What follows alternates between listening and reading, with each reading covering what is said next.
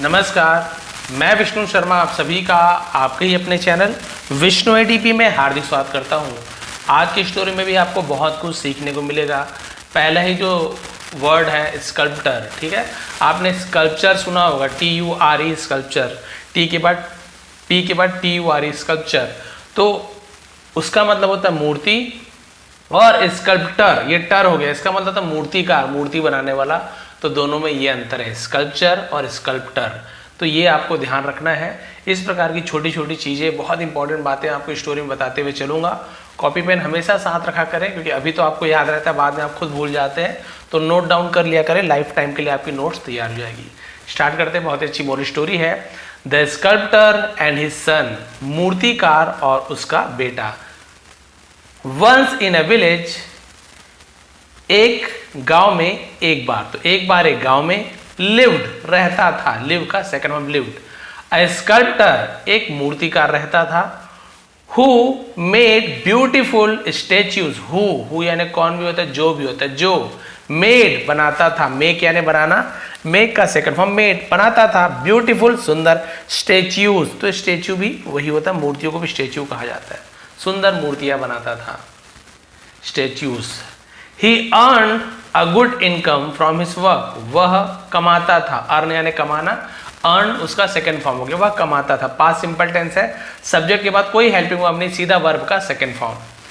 A good income यानी एक अच्छी इनकम कमाता था, अच्छी आय कमाता था, फ्रॉम यानी से हिज वर्क, अपने काम से अच्छी कमाई करता था।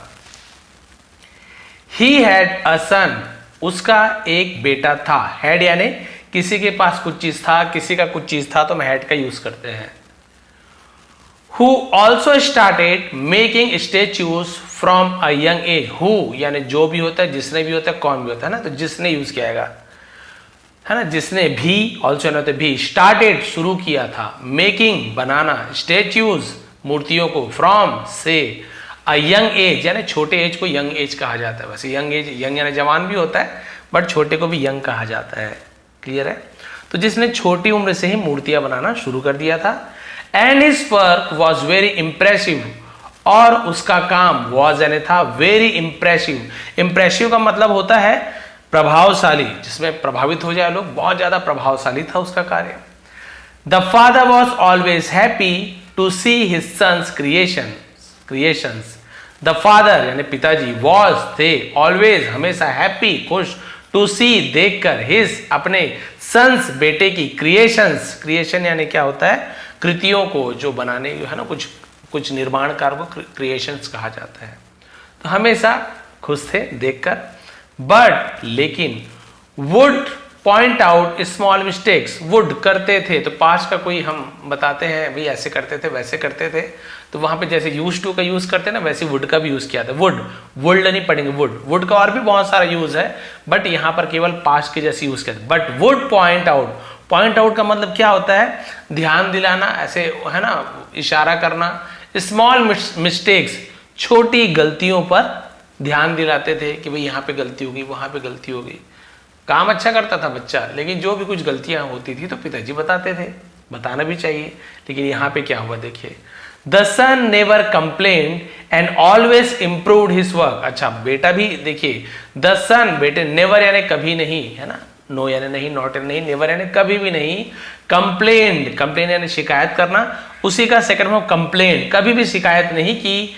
एंड ऑलवेज, और हमेशा, इम्प्रूव्ड यानी क्या होता है, किसी कार्य को सुधार लाना, तो इंप्रूव का सेकंड फॉर्म इम्प्रूव्ड, सुधार लाया। हिज वर्क, अपने काम में, based on his father's advice, based on यानी होता है, बेस्ड यानी क्या होता है, आधार पर, ऑन पर, हिज फादर्स एडवाइस, पिताजी के, अपॉस्ट्रोफी यानी काकी के, एडवाइस यानी सलाह, तो अपने पिताजी के दिए गए सलाह के आधार पर उसने अपने कार्य को सुधार किया। जो भी गलती हुई पिताजी बताते थे, तो उसको अगली बार वो क्या करता था, सुधार करता था। As the son continued to improve, as यानी जैसे जैसे, है ना, the son continued, बेटे ने जारी रखा, to improve, सुधार करना, his work, अपने काम में, became even better than his father's, became बन गया, become बनना, उसका सेकंड फॉर्म became हो गया, बन गया, ऐसे यूज किया जाता है। इवन यानी यहां तक की, या फिर भी, दोनों के लिए यूज किया जाता है। बेटर देन, कंपेयर करते दो लोगों के बीच में तो देन का यूज किया जाता है। हिज फादर्स यानी क्या हो गया, उसका काम उसके पिताजी से भी बेहतर हो गया। पीपल, ये डैश लगा मतलब ये दोनों एक साथ है ना, तो जब हाफ रहता है तो ऐसे लगा के मिला देते हैं। People started paying more for statues, लोगों ने स्टार्टेड शुरू किया, पेइंग यानी भुगतान करना, पैसा देना, मोर यानी ज्यादा, फॉर हिज स्टेच्यूज उसकी मूर्तियों के लिए ज्यादा पैसा देना शुरू कर दिया। वाइल जबकि his father's statue were sold at the same old price, उसके पिताजी की मूर्ति वर सोल्ड बिकती थी, एट यानी पर, द सेम यानी उसी, ओल्ड प्राइस उसी पुरानी कीमत पर उसके पिताजी की मूर्ति बिकती थी, पुराने दाम पर ही। लेकिन इसके जो मूर्तियों के दाम बढ़ गई थी, ज्यादा पसंद करते थे लोग। डिस्पाइट हिज सक्सेस, डिस्पाइट यानी के बावजूद ऐसे कहा जाता है।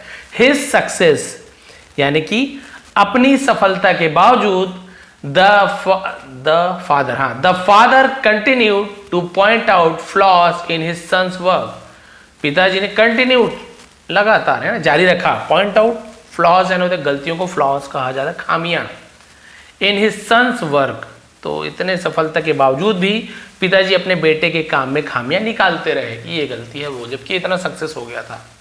द सन बेटा, नाउ अब कॉन्फिडेंट इन हिज स्किल्स, अब वो कॉन्फिडेंट हो गया था यानी उसे भरोसा था अपने स्किल्स, हुनर को स्किल कहा जाता है, कौशल, हुनर, उसे भरोसा था अपने स्किल पर। Began to resent his father's criticism, began शुरू किया, टू रिसेंट आलोचना, नाराज होना को रिसेंट कहा जाता है। हिज फादर क्रिटिसिज्म, क्रिटिसिज्म का मतलब क्या होता है, आलोचना को क्रिटिसिज्म कहा जाता है। तो अपने पिताजी के आलोचना से लेकर वो नाराज होने लगा। भाई पहले तो सोचता था कि हो सकता है मेरे से गलती हो, अब उसे भरोसा था कि मैं तो ज़्यादा महंगी मूर्तियाँ बिकती मेरी, मतलब पिताजी से भी अच्छा मैं बनाता हूँ, फिर क्या गलतियाँ हैं, हो सकता है पिताजी जानबूझ के गलतियाँ निकालते हो, मैं ज़्यादा कमाता हूँ, ऐसी भावनाएं आ जाती कई बार। अब देखिए क्या हुआ। वन डे, एक दिन, after his father pointed out mistakes, ऐसे ना, एक दिन आफ्टर यानी के बाद, his father pointed out mistakes, ठीक है, in his latest statue, latest यानी होता है जो अभी अभी का बनाया गया उसे लेटेस्ट कहा जाता है। तो एक दिन जब उसके पिता ने उसकी नवीनतम मूर्ति यानी जो अभी बनाई गई जो मूर्ति में गलतियां बताई, the son lost his patience, उस लड़के ने लॉस्ट खो दिया, हिज पेशेंस यानी अपना धैर्य खो दिया, अपना आपा खो दिया उसने। यू क्रिटिसाइज माई वर्क, आप क्या करते, क्रिटिसाइज माई वर्क, आप मेरे काम की आलोचना करते हैं। एज इफ मानो, उसे एज इफ मानो, you are a better sculptor than me, you are आप हो, अ बेटर यानी ज्यादा अच्छा, स्कल्प्टर मूर्तिकार, देन मी मेरी तुलना में आप ज्यादा अच्छा मूर्तिकार हो, ऐसे आप गलतियां निकालते हो। बट लेकिन माई स्टेच्यूज मेरी मूर्तियां सेल बिकती हैं, फॉर मोर देन योर्स आपकी तुलना में ज्यादा मेरी मूर्तियां बिकती है। आई डोंट नीड मुझे जरूरत नहीं है, प्रेजेंट सिंपल टेंस का निगेटिव सेंटेंस है, डोंट, डू नॉट को शॉर्ट में डोंट बोलते हैं, डोंट या डजंट का यूज किया जाता है सब्जेक्ट के हिसाब से, आई यू वी दे हो तो डोंट, ही सी इट हो थर्ड पर्सन सिंगुलर तो डजंट का यूज किया जाता है। आई डोंट नीड मुझे जरूरत नहीं है, योर एडवाइस आपकी सलाह की, एनीमोर यानी और भी आगे, अब तो एनीमोर का यूज किया जाता है, मुझे अब आपकी सलाह की जरूरत नहीं है। माई वर्क इज परफेक्ट, मेरा काम इज एन है परफेक्ट, मेरा काम एकदम सही है, एकदम कोई प्रॉब्लम नहीं उसमें, आप गलतियां निकालते हो। आफ्टर दैट उसके बाद, the father stopped giving advice, पिताजी ने स्टॉप बंद कर दिया, गिविंग देना, एडवाइस सलाह देना बंद कर दिया पिताजी ने, किसे बुरा लगता है सलाह देना ही बंद कर दिया। फॉर अ वाइल जिसे हम बोलते हैं कि कुछ समय तक, द सन वॉज हैप्पी, लड़का खुश था कि चलो पिताजी गलतियां नहीं निकालते, खुश था। बट सून लेकिन जल्दी ही नोटिस्ड उसने ध्यान दिया, दैट कि people know longer praised his work, तो लोगों ने नो लॉन्गर वही आगे और भी क्या किया, प्रेज यानी तारीफ करना, तो उसी का प्रेज तारीफ करते थे हिज वर्क उसके काम की, एज जैसे दे यूज टू किया करते थे, तो यूज टू का यूज करते हैं देखिए। लेकिन जल्दी उसने देखा कि लोग अब उसके काम की उतनी प्रशंसा नहीं करते थे जितनी पहले किया करते थे। And the prices of statues और उनके जो मूर्तियों की जो कीमतें थी स्टार्टेड टू फॉल गिरना शुरू हो गया, कीमत गिरना शुरू हो गया।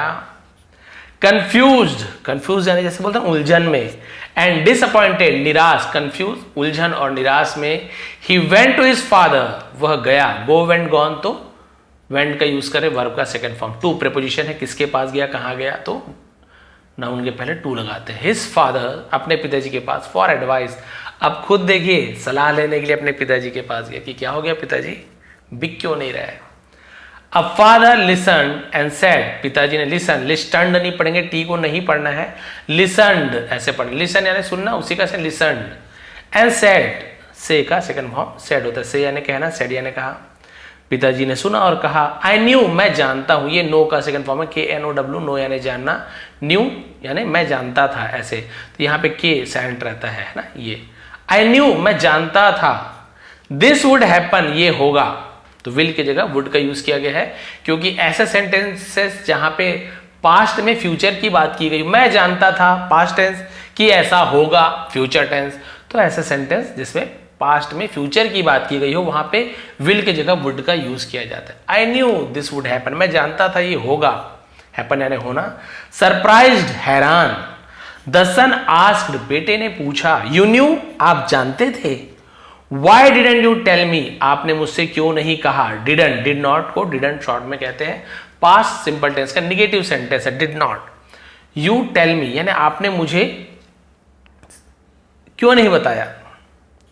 द फादर रिप्लाइड पिताजी ने जवाब दिया, because you didn't want to listen क्योंकि यू डिड नॉट वॉन्ट तुम नहीं चाहते थे टू लिसन, तो यहाँ पे अब लिसन नहीं पढ़ेंगे है ना, लिसन नहीं पढ़ना है, क्योंकि पास्ट सिंपल टेंस में जब निगेटिव सेंटेंस बनाते हैं तो जब डिड का यूज हो गया है ना, डिड का यूज हो गया, डिड नॉट का यूज हो गया, तो आपको वर्ब का फर्स्ट फॉर्म का ही यूज करना है, ऐसे नहीं लिखना डिडंट वांटेड लिसन ऐसे नहीं पढ़ना है आपको, ठीक है। डिड का यूज हो गया ना, आपको वर्ब का फर्स्ट फॉर्म भी लगाना है, क्योंकि आप तुम नहीं चाहते थे सुनना। आई ऑलवेज ट्राइड मैंने हमेशा कोशिश की, टू हेल्प यू तुम्हारी मदद करने की, सी द फ्लॉज गलतियों को खामियों को देखने की, इन योर वर्क तुम्हारे कामों में, बिकॉज काम में, बिकॉज समटाइम्स कई बार, वी कांट सी हम नहीं देख सकते, कैन नॉट को शॉर्ट में कांट या कैन कहा जाता है, अवर ओन मिस्टेक्स हम अपनी खुद की गलतियां कई बार नहीं देख सकते, अदर पीपल दूसरे लोग कैन सी देख सकते हैं, वॉट वी मिस हम क्या गलती कर रहे हैं, हमने क्या कमी रह गई, हम क्या चीज छोड़ दी हमने, उसे मिस कहा जाता है कि भी हम क्या चूक कर रहे हैं दूसरे लोग जानते हैं। जैसे मैं स्टोरी पढ़ाता हूँ, मुझे एंड में लगता है कि भी मैंने सब कुछ एकदम सही सही बताया होगा, बढ़िया बता दिया, मुझे तो अपनी गलती नहीं पता चली, क्योंकि बोलते बोलते अब मैंने जस्ट अभी 2 सेकंड पहले क्या बोला उतना याद तो रहना नहीं है।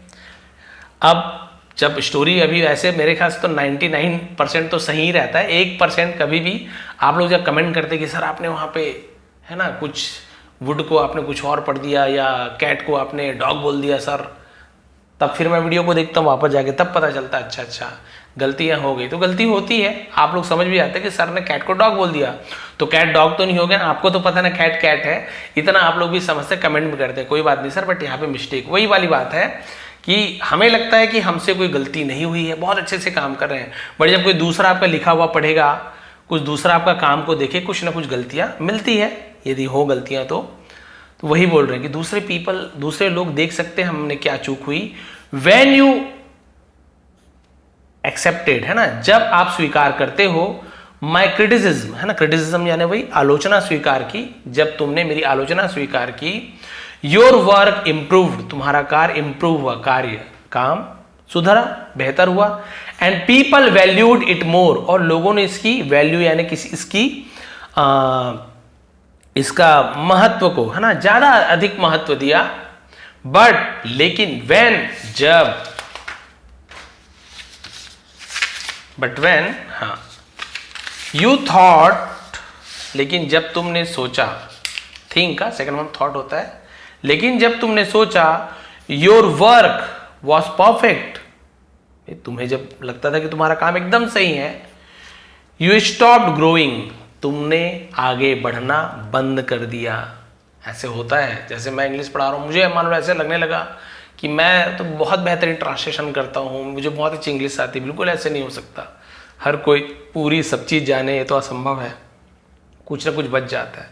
मैं यही सोचूं कि अरे अब मुझे तो सब आता है, मैं और क्या सीखूं, मैं और क्या वर्ड मीनिंग देखूं, तो हर बार कुछ ना कुछ नया आता है, फिर मैं क्या सीख पाऊंगा, तो वो मेरी गलती होगी। वैसे कभी भी हमको ऐसे नहीं सोचना है कि मैं सब चीज़ परफेक्ट हो और ग्रो करना बंद हो जाएगा, मैं ही सब मेरे ग्रो होना बंद हो जाएगा। People expect continuous improvement, expect का मतलब अपेक्षा रखना है ना, किसी से उम्मीद रखना, उसे एक्सपेक्ट कहा जाता है। तो लोग क्या रखते हैं, निरंतर सुधार की उम्मीद रखते हैं। And when you didn't meet there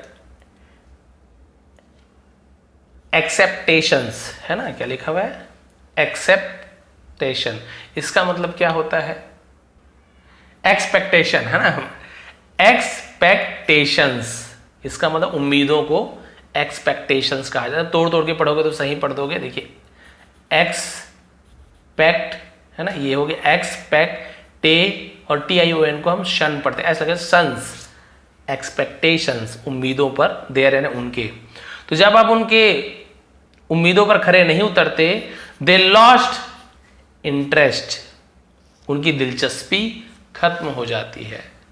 the son thought for a while, बेटे ने कुछ देर सोचा, एंड देन आस्क्ड, और फिर पूछा, फादर, पिताजी, what should I do now, मुझे अब क्या करना चाहिए, शुड यानी चाहिए। द फादर रिप्लाइड, पिताजी ने जवाब दिया, उत्तर दिया, learn to always seek improvement, learn यानी सीखो, टू ऑलवेज यानी हमेशा, सीख क्या होता है, मांगना, उसे सीख करना, मांगना या तलाश करने को भी सीख कहा जाता है। इंप्रूवमेंट यानी कि हमेशा सुधार की तलाश करना सीखो, कि मैं और कैसे बेहतर हो सकूं, कैसे सुधरे। बिलीव दैट, मानो कि you can always get better, कि आप और भी अच्छे हो सकते हैं। यानी आपको लगता है कि आप बहुत अच्छा गाना गाते हैं, तो आपको लगना चाहिए कि नहीं, मैं इससे भी बेहतर हो सकता हूं। ऐसे जब करोगे ना, तो आप में सुधार भी आएगा, कुछ इंप्रूवमेंट भी होगी, और लोग वही चीज सुनकर बोर नहीं होंगे, ना कुछ नया मिलेगा। This mindset will drive you to keep improving, this mindset यानी ये माइंडसेट का मतलब क्या होता है, मानसिकता, कि विल ड्राइव यू, ड्राइव यानी आगे ले जाना, उसका ड्राइव यू कहते हैं। टू कीप इम्प्रूविंग, कीप यानी रखना, इम्प्रूविंग यानी आगे बढ़ते रहना, इम्प्रूव सुधार करते रहना। तो यह मानसिकता तुम्हें सुधार करते रहने के लिए प्रेरित करेगा हमेशा। तो इसलिए कहा गया हमेशा कुछ ना कुछ सुधार करते रहिए। तो moral of the story, story की शिक्षा देखिए, क्या शिक्षा में से मिलती है। Criticism is often seen as negative, ठीक है, क्रिटिसिज्म, अच्छा क्रिटिसिज्म बोलते, क्रिटिसिज्म होता है यानी इसका मतलब वही आलोचना। क्रिटिसिज्म इज ऑफन, यहां पर भी ऑफ्टन नहीं पढ़ना, ऑफन पढ़ना, अक्सर, सीन दिखता है एज निगेटिव, यानी जो आलोचना कोई आपको करता है ना, तो क्या होता है, हमेशा नकारात्मक रूप में देखा जाता है। भाई आप ही बोल दोगे, सर आपने ये गलती की है, आपने थोड़ा सा यहाँ पे टेंस में गलत बता दिया था, क्रिटिसिज्म को आपने क्रिटिसिज्म पढ़ दिया, सर ऐसी ऐसी बात है, आप में ये गलतियाँ हैं, तो हम भी निगेटिव में सोचते कि अरे मेरी बुराई कर रहा है या मुझे नहीं आता, तो अलग फीलिंग होने लगता है। तो ये नकारात्मक महसूस कराता ही है। But it is a valuable opportunity, valuable यानी ये कीमती बोलते, मूल्यवान अपॉर्चुनिटी है, ये बहुत अच्छा अवसर है, टू लर्न एंड ग्रो, सीखने की और आगे बढ़ने की, बहुत अच्छी ये अवसर है। तो आप लोग को भी कभी ऐसे लगता है ना कि मैं जैसे गलती निकाल दिया, कमेंट में आपने स्पेलिंग गलत लिखा, ऐसे होना चाहिए, तो उसको बुरा नहीं मानना है, आपको ये खुश होना चाहिए कि मुझे सुधार कर रहे हैं। भाई किसको किसकी पड़ी है, गलत लिख रहा है, लिखने तो ना, हमें क्या करना है। आपको कोई सुधार रहा है तो उसे आप एक्सेप्ट कीजिए, आप अच्छे होंगे उससे। कोई आपको नहीं सुधारेगा, बोलेगा हाँ ठीक है, आप गलत और बढ़ते आ रहे हैं ना, गलत की तरफ गलत पढ़ रहे हैं आप, फिर आप गलत है, लोग मजाक उड़ा रहे हैं, बाद में सोच रहे ये क्या है, मैं तो सही बोलता था। इसलिए कोई यदि आपकी गलती सुधार रहा है ना, उसे नेगेटिव रूप में मत लीजिए, सकारात्मक रूप से ग्रहण कीजिए। Constructive feedback helps us identify flaws, और जो रचनात्मक प्रतिक्रिया हमें खामियों को पहचानने, है ना, फ्लॉज आइडेंटिफाई पहचानना गलतियों को, एंड इम्प्रूव आवर वर्क, और हमारे काम को बेहतर बनाने में मदद करती है। By embracing criticism positively. Embrace करना यानी क्या होता है, किसी को गले लगाना, अपना लेना, उसे एम्ब्रेस करना बोलते हैं। आलोचना को सकारात्मक रूप से अपनाकर वी कैन कंटिन्यूअसली इम्प्रूव, हम लगातार सुधर सकते हैं, एंड अचीव सक्सेस, और सफलता प्राप्त कर सकते हैं। रिमेंबर, याद रखो, critics are our best friend. Critics आपने सुना होगा, जो क्रिटिक्स क्या होते हैं, आलोचक, जो आपकी आलोचना करते हैं कि ये गलती, उसे क्रिटिक्स कहा जाता है। आर आवर बेस्ट फ्रेंड्स, वो हमारे अच्छे दोस्त हैं। बिकॉज, क्योंकि दे शो, वे दिखाते हैं, अस, हमें, where we can do better, कि हम कहां पर बेहतर कर सकते हैं।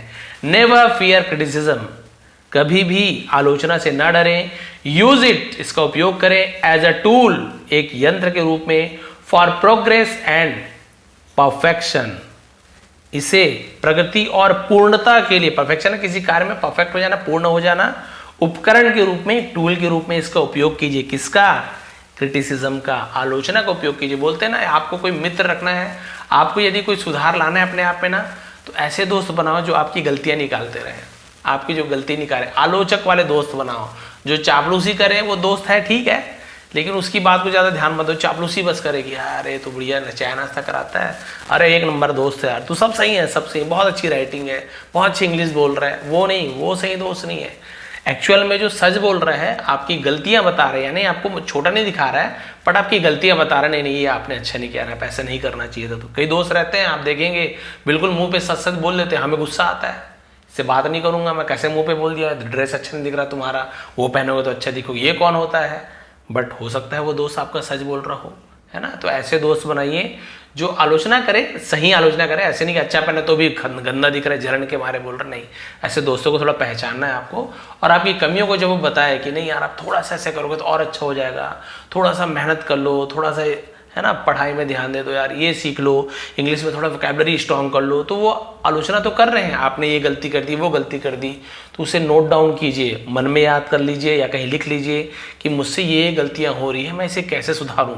तो आपके लिए एक क्या बन रही है, अपॉर्चुनिटी बन रहा है, आपके लिए मौका बन रहा है अपने आप को सुधार करने का। तो कभी भी कोई आलोचना करते हैं ना, और ख़ास तौर पर जब माता पिता, गुरु जी, है ना, और आपके शुभचिंतक जो हैं, है ना, बड़े बुजुर्ग हो गए, दोस्त यार जो अच्छे हैं, वो आलोचना करते हैं, तो उसके पीछे जरूर कोई ना कोई अच्छाई छुपी होती है। वो लोग आपकी बुराई के लिए आलोचना नहीं करते, वो लोग आपकी अच्छाई के लिए आपकी आलोचना करते हैं कि आपने गलती कर दी है, दोबारा ऐसा मत करना, दोबारा उसको फ़ोन मत करना, भैया इसमें गलती है, कम एज की है। बहुत से दोस्त लोग एडवाइस देते हैं ना, कोई लोग गर्लफ्रेंड बॉयफ्रेंड चक्कर में रहते हैं, प्रेम वगैरह, तो एडवाइस देते हैं बढ़िया बढ़िया, मत करो भाई फंस जाओगे, ये है वो है, दुनिया भर का एक्ट वगैरह बताते हैं, नहीं मानते, सुधर जाइए। वही वाली बात है, कोई आपकी आलोचना कर रहे हैं, कोई आपकी गलतियां बता रहे हैं, कभी भी उसे निगेटिव रूप में मत लीजिए, सकारात्मक रूप से सोचिए कि इसमें मेरी क्या भलाई है, मैं इसे कैसे अच्छे से इसे मैं, है ना, सॉल्व कर सकता हूँ, इन जो खामियों को दूर कैसे कर सकता हूँ, और फिर आप और भी बेहतर इंसान बन जाएंगे। माता पिता, गुरुजन, आप सभी को पता, कभी भी आपकी बुराई नहीं चाहेंगे। आपको चिल्लाते भी है ना, पढ़ते नहीं हो, दिन भर ये मोबाइल देखते हो, बहुत गुस्सा आता है, अरे आपने क्या कर लिया, पढ़ के यही काम तो कर रहे हो, आप क्या कमा लिए, करोड़पति थोड़ी बन गए हम। बहुत से लोग ऐसे भी जवाब देते हैं। वो लोग क्यों ऐसे आपको बोलते हैं, क्योंकि वो लोग गलतियां कर चुके हैं, और वैसे भी बहुत सारे उन्हें मौका मिला होगा, नहीं, वो लोग मौका खो दिए होंगे। तो जो उन्होंने जो गलतियां की हैं, जो मिस्टेक्स की हैं, वो आप ना करो, मेरे बच्चे ऐसी गलतियां ना करे, मेरे शिष्य ऐसे गलती ना करे। जो मैंने अवसर चूक लिया था, सिर्फ इसी कारण से चूक गया था कि, है ना, ये सब मुझे गलतियां बताने वाला कोई नहीं था, मैं गलतियां करते गया, लेकिन क्योंकि मैं अपने बच्चे को, अपने शिष्य को, स्टूडेंट को ऐसी गलतियां नहीं करने देना चाहता, इसलिए मैं क्या करता हूँ, या कोई गुरु क्या है, कोई माता पिता क्या है, वो केवल गलतियां उसकी अच्छाई के लिए बताते हैं। ऐसे मत करो, पढ़ो, आगे बढ़ो, क्यों नहीं पढ़ रहे हो, क्या नहीं है, रोक टोक उसका भी कारण है, क्योंकि वो जो भुगते हैं वो आपको भुगतना नहीं देना चाहते। तो कभी भी माता पिता चिल्लाते ना, रिजल्ट भी खराब आ गया, चिल्ला दिए, बहुत से लोग गलत कदम उठाते हैं, रिजल्ट का टाइम आ गया है, बहुत से लोग गलत कदम उठा लेते हैं, एक थोड़ा सा, है ना, क्रोध के आवेश में आके, उसके बाद माता पिता का क्या होता है, वो कभी सोचे हो, बिल्कुल भी नहीं, अच्छे के लिए बोल रहे हैं, कोई बात नहीं, चिल्ला दिए, क्या हो गया, वो 2 दिन में शांत हो जाएंगे, सब न्यूट्रल हो जाता है, बस थोड़ा सा अपने आप में हिम्मत बना के रखिए। तो ये थी आज की मोरल कि कभी भी आलोचना से आप घबराएं नहीं, उसे सकारात्मक रूप से ग्रहण करें, और सफलता आपको अवश्य मिलेगी। ये थी आज की स्टोरी। अगर आपको पसंद आई हो तो प्लीज़ लाइक करेंगे, कमेंट करेंगे। हर एक वर्ड का मीनिंग सही सही प्रोनाउंसिएशन के साथ यहाँ पे आपको बताया जाता है। टेंसेस सीखने को मिलता है, वोकैबुलरीज तो आपकी स्ट्रांग हो ही रही है। कैसे ट्रांसलेशन किया जाता है ना, प्रीपोजिशन क्या है, वर्ब का कौन सा फॉर्म है, हर चीज़ सीखने को मिलता है। स्टोरी का मज़ा अलग है, इंग्लिश सीखने का मज़ा अलग है। तो यदि आपको आगे भी ऐसे सीखना है तो प्लीज़ ज्वाइन कर लीजिए, सब्सक्राइब कर लीजिए चैनल को। नीचे टेलीग्राम का लिंक है, वहाँ पे आप ज्वाइन हो जाइए। फ्री में PDF प्रोवाइड हो जाएगा जो मैं पढ़ाता हूँ। इससे आप लोग फिर से रीड करके देख सकते हैं कि आपको कितना समझ आ रहा है। आप सभी का बहुत बहुत धन्यवाद। आपका दिन शुभ रहे। प्लीज़ ऐसे ही सपोर्ट करते रहिए। अभी आपकी सपोर्ट की बहुत ज़्यादा आवश्यकता है। बहुत बहुत धन्यवाद।